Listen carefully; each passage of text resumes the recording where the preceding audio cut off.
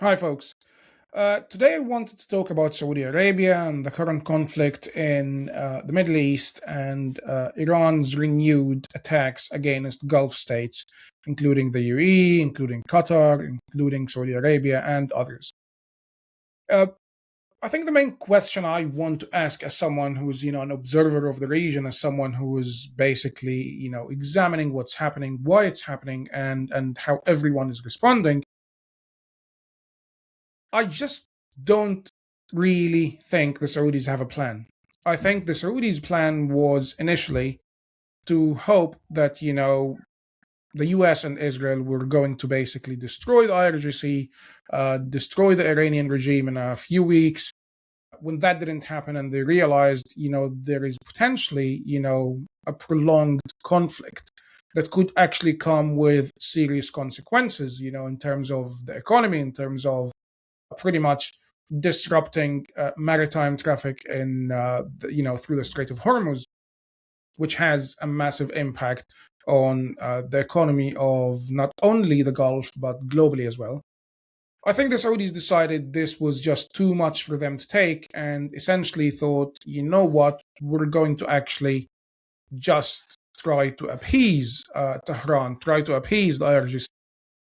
And when they did so, they also, empowered and essentially emboldened the IRGC and Tehran to do what they did, which is disrupt traffic in the Strait of Hormuz and essentially cause chaos across the region, at least economic chaos. When this happened, and instead of even realizing that, okay, we made a mistake, let's change things, let's, look at an alternative way for dealing with the IRGC, for dealing with Tehran, they actually doubled down. They decided, let's appease them even more. So when we had the funeral of Ayatollah Khamenei, they decided to send a delegation with condolences, alongside Qataris and a delegation from Oman. But there is, I think, a clip that has surfaced that really demonstrates and shows what the Saudis are made of. Let's put it this way. This is how I like to put it, really. And I just want to show you this clip. It's a very short clip, but again, it does show what the Saudis are made of, because I think it's actually it's fascinating, and you have to watch it to believe it. I think it's actually unbelievable. But just give me one moment. Let's put it on. فجأة أنا شعرت بصفعة قوية تنزل على وجهي.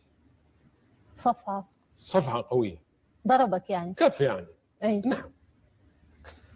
فتمالكت أعصابي أنا في الحقيقة.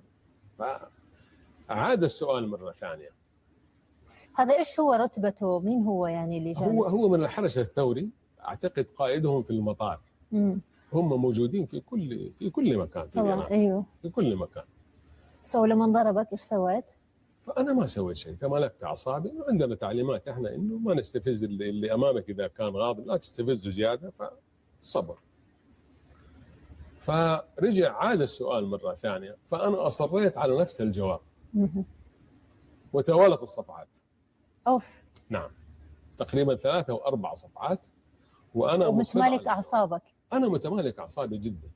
معي النساء وأطفال عشان كذا أنت في الخارجية. هذا من صفات الدبلوماسي. تقريبا لازم ضبط النفس، هذا اللي يقولوا عليه. نعم، ما في شك. بس الكف هذا كان موجه للسعودية كلها. أكيد. So I love how he actually says that this is diplomacy, this is how diplomacy works, and he's very proud of this, and he says, I'm a diplomat, and when an IRGC official slapped him, he says around 3 or 4 times, first he was given the first slap, and he decided, whoa, it startled him, but he kept his composure. He did not react, and he was sort of, didn't really do anything, did not respond in any way, shape, or form. And then he says, and the slaps proceeded, or, the first slap was followed by other slaps, and it was a total of around 3 or 4 slaps. And he says he was slapped really hard by an IRGC official. Now, this incident, it's actually a very interesting incident. So I collected some information about this incident, and this happened in the 80s, essentially.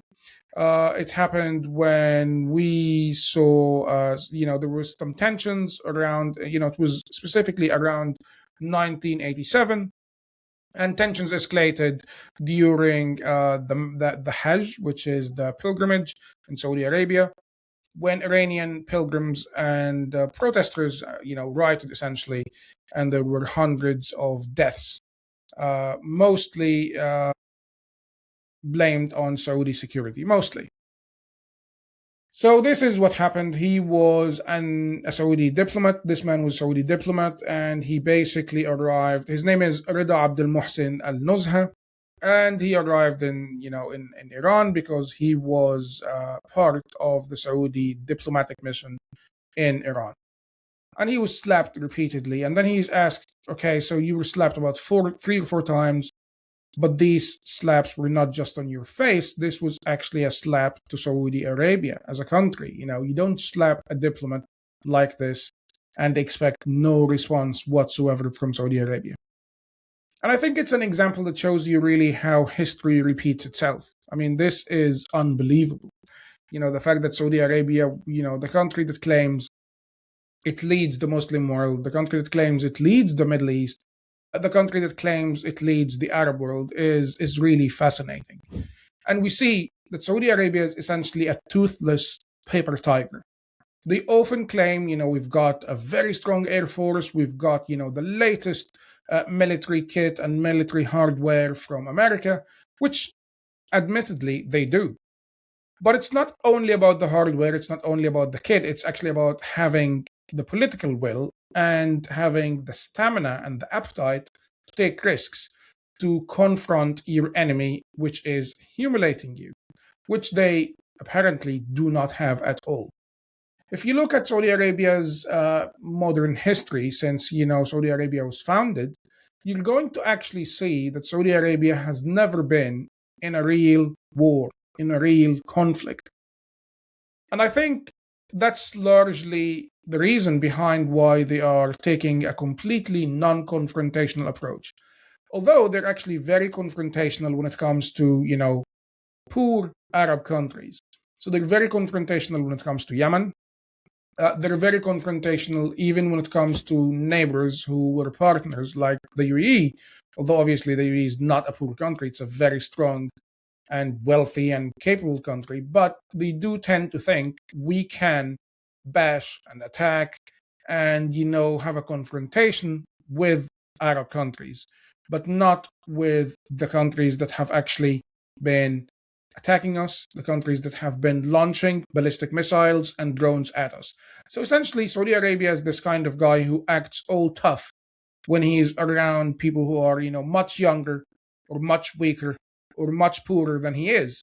But when he meets a foe that is his match, or a foe that is actually capable of inflicting real harm and real damage, all you see is a paper tiger who does nothing and essentially cowers to this enemy and does absolutely nothing, which is why I believe Saudi Arabia is not a reliable partner in the Middle East. Saudi Arabia might have a bit of money. They do, but I actually don't think, I don't have faith in their economy. I don't have faith in how they're running the economy. And I also don't have faith in Vision 2030, which is actually collapsing in real time. We'll see what Saudi Arabia does. I think the conflict is going to expand over the next few weeks, few days, and few weeks. I think Israel will join the conflict. So far as I know, Israel actually wanted to join the conflict. Israel did not want to see the UAE and others in the region being attacked by the IRGC and the IRGC blocking the Strait of Hormuz. But Israel, I believe, was explicitly asked by President Trump's administration not to get involved at this stage, in the hope that, the Iranians would stop the attacks and that this conflict would not expand to Israel and, potentially other countries in the region as well. I think the conflict will expand. I think Israel will get involved, and I think we have a few weeks of war ahead of us. But I think this has shown that Saudi Arabia is not a reliable partner, even if it gets involved in this war at this stage and directly strikes Iran. I think that will be basically because the Iranians will be nearing an end, and it will be basically easy to get involved and claim credit for fighting the IRGC and Tehran. Anyway, let's see what happens, and thank you very much for your time, and see you next time.